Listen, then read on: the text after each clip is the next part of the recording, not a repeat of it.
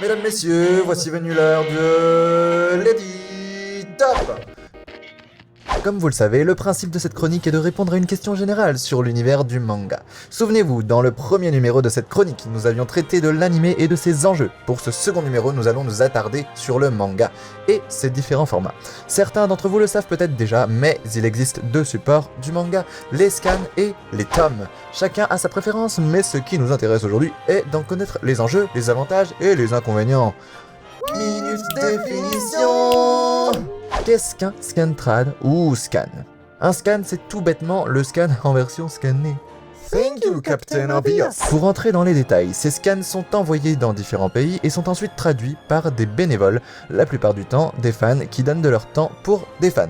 Mais le monde n'est pas si rose, mon coco. Sache que le scan est illégal, puisqu'il est une violation des droits d'auteur.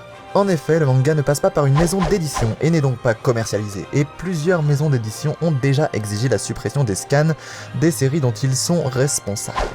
Du côté moins obscur de la force, nous avons les tomes, que vous devez tous connaître, où l'on peut retrouver le manga en version papier, qui, à la différence des scans, est édité et commercialisé. Dans le cas de One Piece, c'est la Shueisha qui s'en occupe au Japon et Glénat en France. Fin de la minute définition. La question est: peut-on se passer des tomes quand on lit les scans? Il est évident que c'est selon vos préférences, et oui. Mais nous serions tentés de dire qu'acheter les tomes est à la fois enrichissant et bénéfique pour l'œuvre et son auteur. Acheter les tomes, c'est avoir la garantie d'une bonne traduction sans ambiguïté, directement traduit du japonais au français, par des gens qualifiés et rémunérés pour cela. Et puis, ce serait bien bête de s'en priver tant l'univers de One Piece est riche et rempli de détails et de références. Deuxième argument. On trouve souvent dans les tomes des éléments que l'on ne trouve pas en scan, notamment les questions-réponses appelées SBS, où Oda répond aux interrogations des fans en donnant quelquefois des détails ou des informations en plus. Petit bonus non négligeable donc.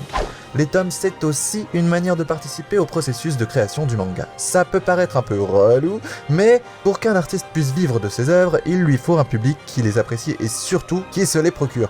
Vous imaginez bien que si tout le monde lit les scans dans son petit coin, sans acheter les tomes, et bah à la fin, l'œuvre mourra faute d'acheteurs. N'oublions pas que même si Oda dessine par passion, il dessine aussi parce que c'est son travail, et le but de tout travail, c'est quoi? C'est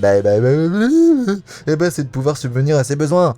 Avoir le tome entre les mains, c'est aussi un gage de qualité dans les dessins et dans la traduction, car certains défauts sont aussi retouchés, ajustés, pour rendre plus agréable la lecture. Et puis bon, c'est quand même largement plus agréable de tenir un tome entre les mains et de le lire au calme, que de perdre la vue en matant l'écran du PC de trop près.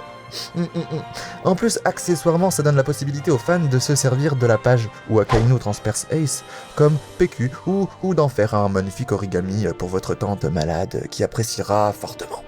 Malgré tout, si l'on achète les tomes, faut-il pour autant mettre de côté les scans?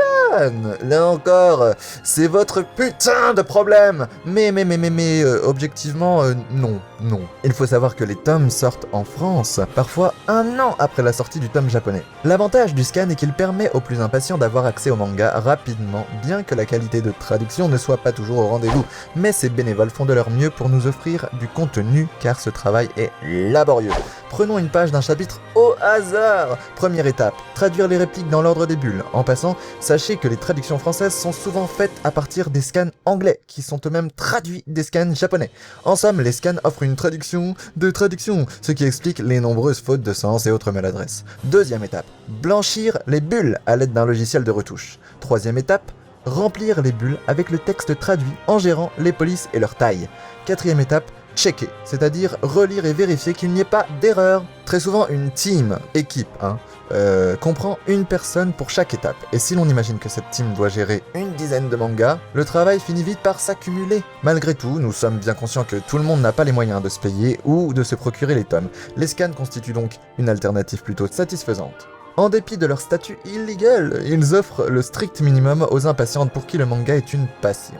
En somme et pour conclure, lire les scans est une sorte de préliminaire appréciable, mais le plaisir n'atteint son paroxysme que lorsque le Graal que l'on appelle tome se tient entre vos mains. Oh yeah. Notre second numéro de la chronique Editop est donc maintenant terminé. J'espère que vous avez pas mal apprécié. Moi, j'ai kiffé sa race. Si vous avez vraiment apprécié, n'hésitez pas à laisser un petit commentaire, à aimer, à partager. Et puis, après tout, puisque c'est le sujet de ce numéro, n'hésitez pas à nous dire ce que vous préférez, Scan ou Tom, et pourquoi. Et voilà, soyons amis. À bientôt.